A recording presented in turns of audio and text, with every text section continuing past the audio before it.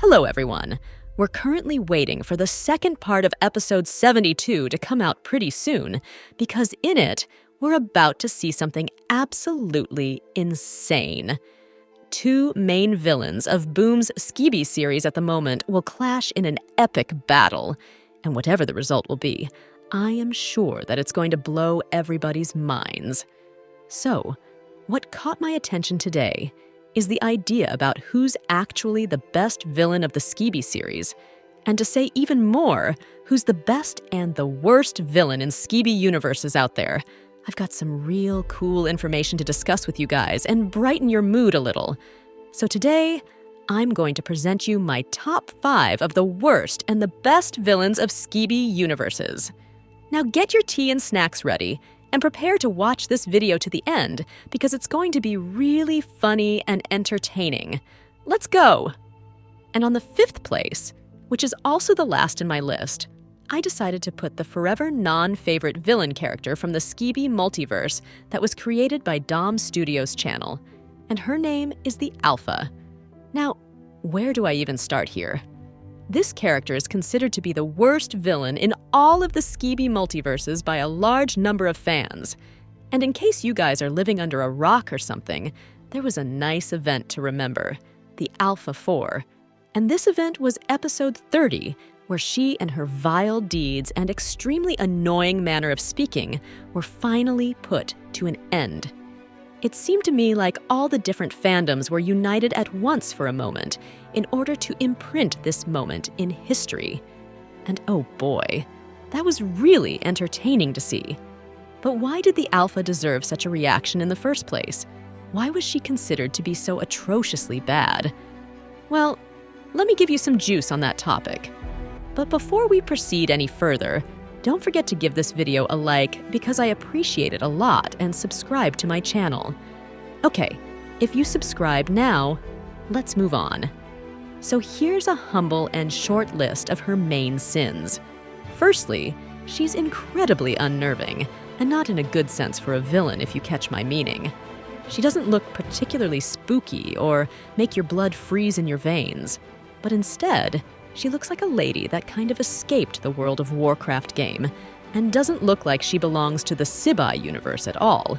Secondly, the Alpha's personal characteristics and traits of behavior are not, well, let's say, really pleasing for one's perception.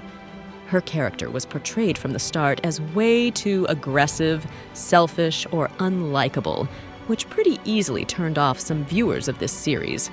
But her main sin, in my opinion, is the third one. She's just not really interesting or developed as a character, you know what I mean? She doesn't have a particularly breathtaking or mind-blowing story about herself. She just sort of appeared in episode 20 and said something like, "Okay, fellas, here's the new boss in town, and that's me. All Skibi toilets are actually obedient to me, no questions asked." And that's how it was actually going before Skibi scientists didn't decide to finally betray her in the first part of episode 29. But like, come on, lady, what's your story? Because that's kind of a law for all the series and shows, that the villain is supposed to be the most interesting and complicated character, which attracts even more love and attention from the fan base than the actual protagonists of the story. But in the Alpha's case, something went just terribly wrong here, and that's why I can justifiably call her the worst villain of Skibi universes, mainly for her lack of character development and for having an ego surpassing her actual capabilities. Good riddance, missus. It was nice knowing you up to episode 30 before Titan Clockman came and whipped your pompous ass. We all hope to never see you again. Now let's go to the 4th place, which this time is being occupied by the villain from my favorite Skibi multiverse so far. The name of villain in the SKIBIDI zombie universe is the Plague Doctor. Do you remember all these words I've said about the Alpha, and why her character simply didn't work out to be a good villain? So, to contrast to her, the Plague Doctor is a character who has a really cool and detailed design, which looks appropriate to the zombie universe that Monster Up has created. His design was inspired by historical figures known as plague doctors, who were medical physicians that treated victims of the bubonic plague in the Middle Ages. The plague doctor wears a very distinctive bird-like mask with a long beak, which was believed to protect from harmful miasmas associated with the plague. He also wears a long, dark cloak and carries various medical tools.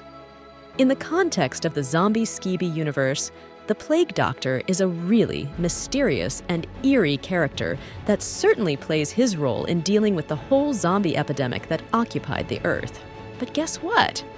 Later in this series, we're getting to know that he's not a kind researcher whose goal is to find out about the roots of this infection and treat it, but something completely opposite.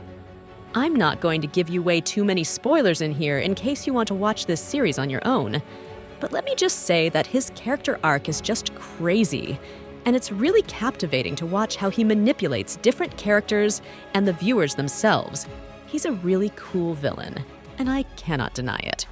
And on the third place, we have another cool-looking guy that came to us from a completely different universe, or even planet, and his name is Tree Titan, who originates from Skibi Wars by Verlin. At first, he didn't get much love from the audience of Skibi Wars because he seemed to be an overpowered version of all main titans of the Alliance combined, which is pretty logical, though considering how he is, in fact, a gigantic mechanical cyborg who was engineered by the Alliance organization, and thus he inherited all the main abilities that were originally possessed by Cameraman and the Speaker Titans.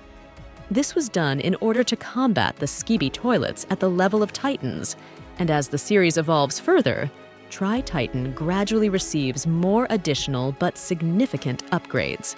At first, his character seems to be straightforward and relatively simple, but as the Skibi Wars series goes on, more crazy details complementing his story arc are starting to appear. Not only did he eventually switch from the good side to the villainous side, but he also does that for a reason that we're getting to know later. And to tell you a little bit of truth, his true story of becoming the way his evil self is absolutely insane, and I almost cried a few times while watching the last released episode of Skibi Wars dedicated to this story.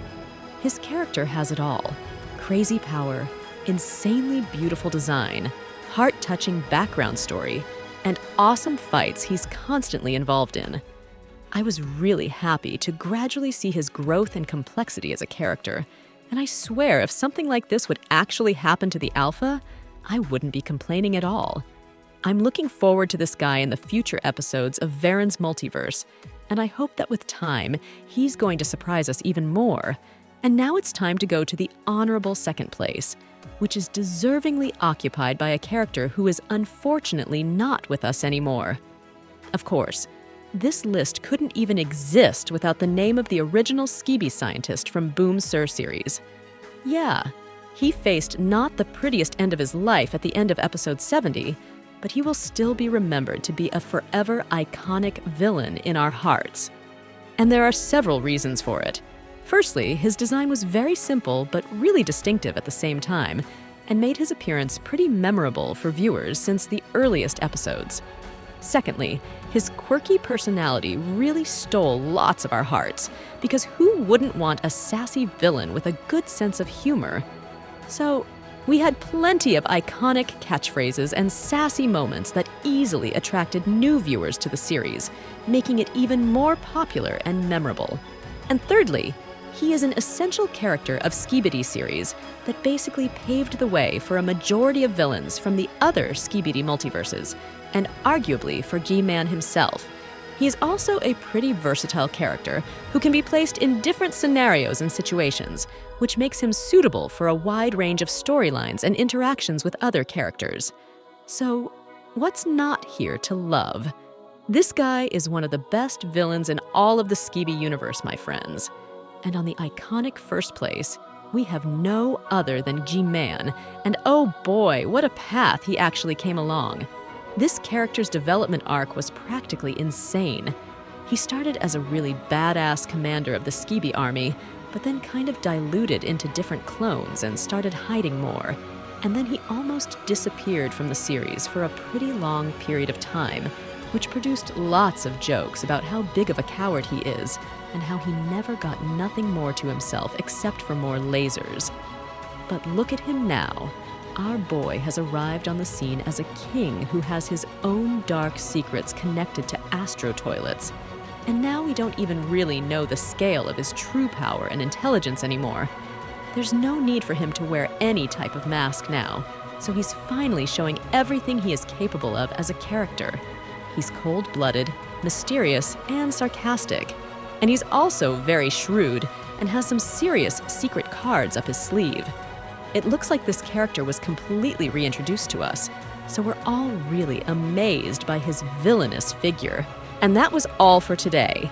I really hope you enjoyed today's video, and be sure to write in the comments below who is your favorite character in the Skibidi toilet series, and who, in your opinion, is going to win in this epic battle at the beginning of the second part of episode 72.